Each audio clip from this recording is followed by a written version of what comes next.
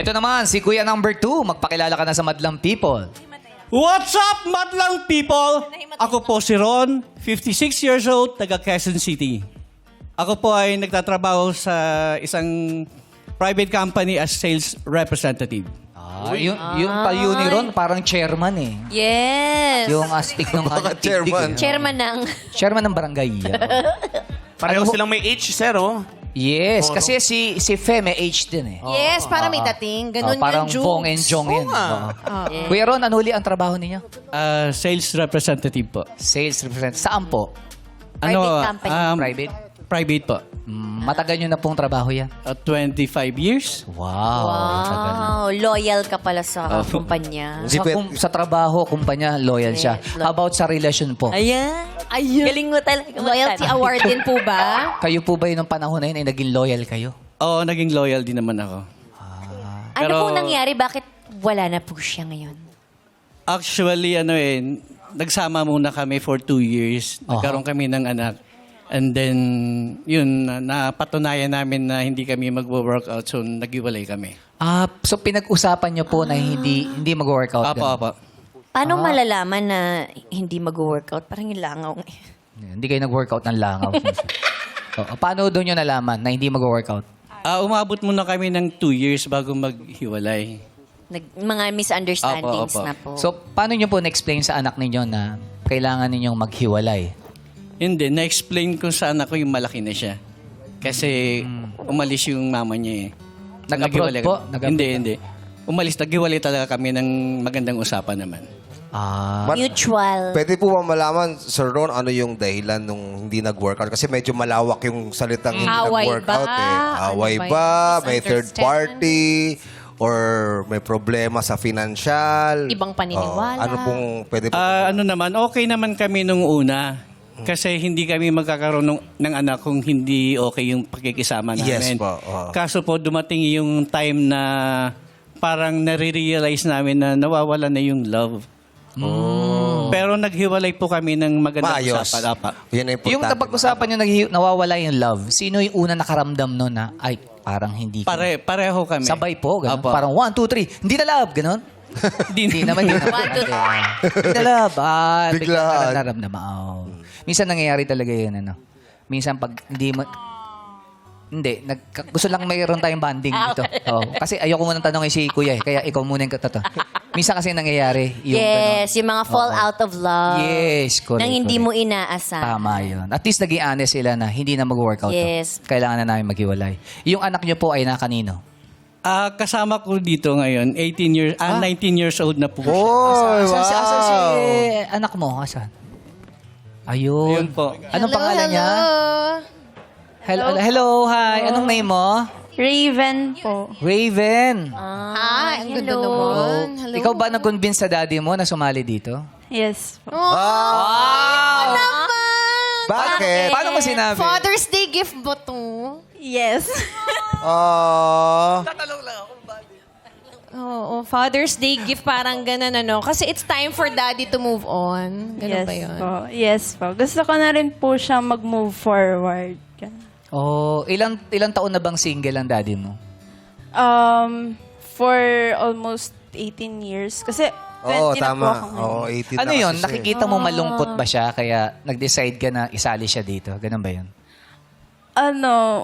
In a way, opo. Parang gusto ko mahanap naman po niya yung happiness po niya. Wow. Pero ikaw ba hindi ka magiging mahigpit kung sino yung mapipili niya? Hindi naman po. Anong message? Okay. Anong message mo sa daddy mo? Ayan po, sana mahanap mo na siya dito. Yeah. Anong name niya? Anong name mo? Raven po. Raven. Paano mo sinabi sa tatay mo? Yung pagkasabi mo na sali ka, paano mo pagkasabi sa kanya? Kasi, napapanood po kasi namin to. Tapos sabi ko, Daddy, what if sumali ka na dyan? Baka nandyan na yung, the one. Ganun. The one. Anong sinagot mo, Tay? Anong sinagot mo, Daddy Ron? Hindi, nung una kasi pinag-isipan ko muna. Pero kasi once na napapanood mo yung show na to, tapos qualified ka naman, may encourage ka talaga sumali. Wow. Salamat po. Kasi sa masaya tiwala. yung show eh.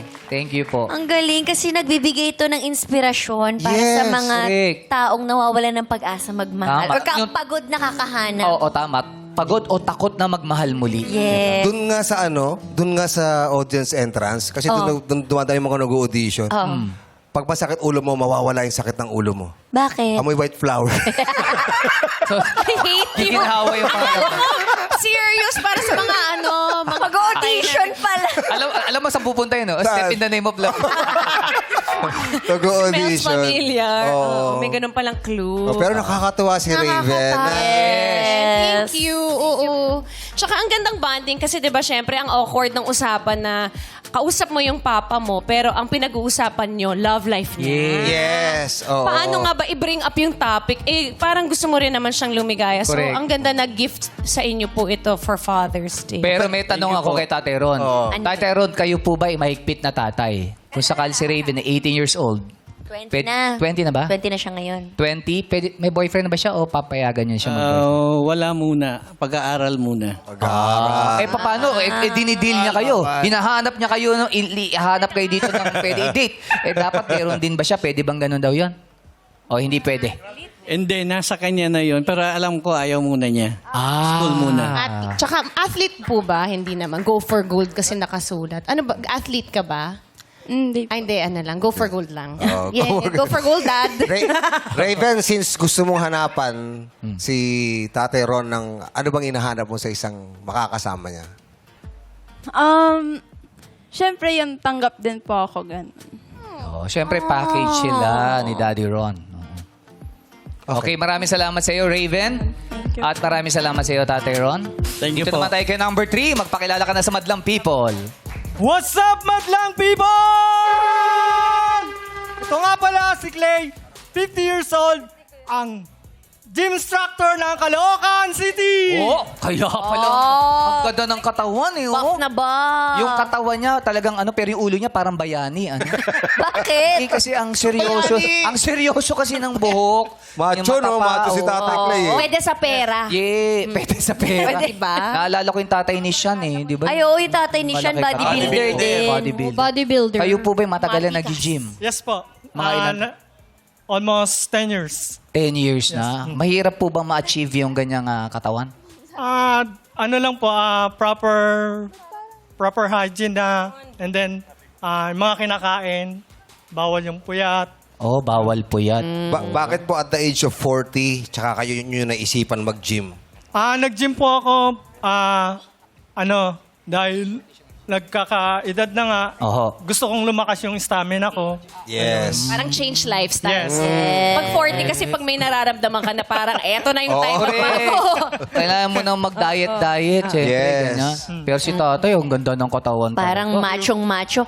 Oo. Mga gano'n na po kayo katagal na single po? Almost 21 years. 21. Oh, tagal na ho. 21. So, naging single kayo, 29 years old kayo nun. Yes. Tama. Bakit po? Ano po nangyari?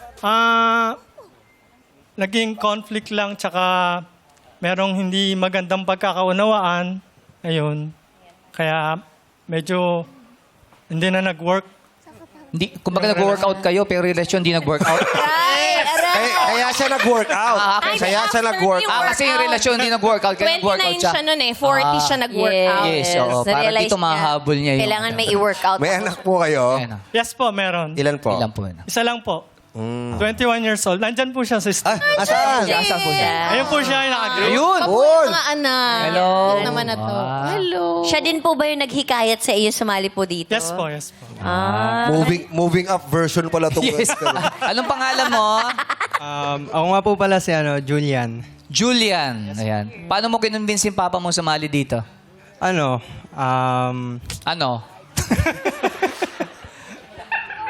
total kasi nung bata pa lang ako kasi wala na siyang kinakasawa talaga. Kinakasawa talaga sa Pag hindi Kaya siya pa- nagde-date-date nung bata ka. Yes po. Tapos nung time na yun, na dito na siya sa ay, support lang ako ngayon. Kinakabahan. Kinakabahan si Yes Julian po, eh. yes po.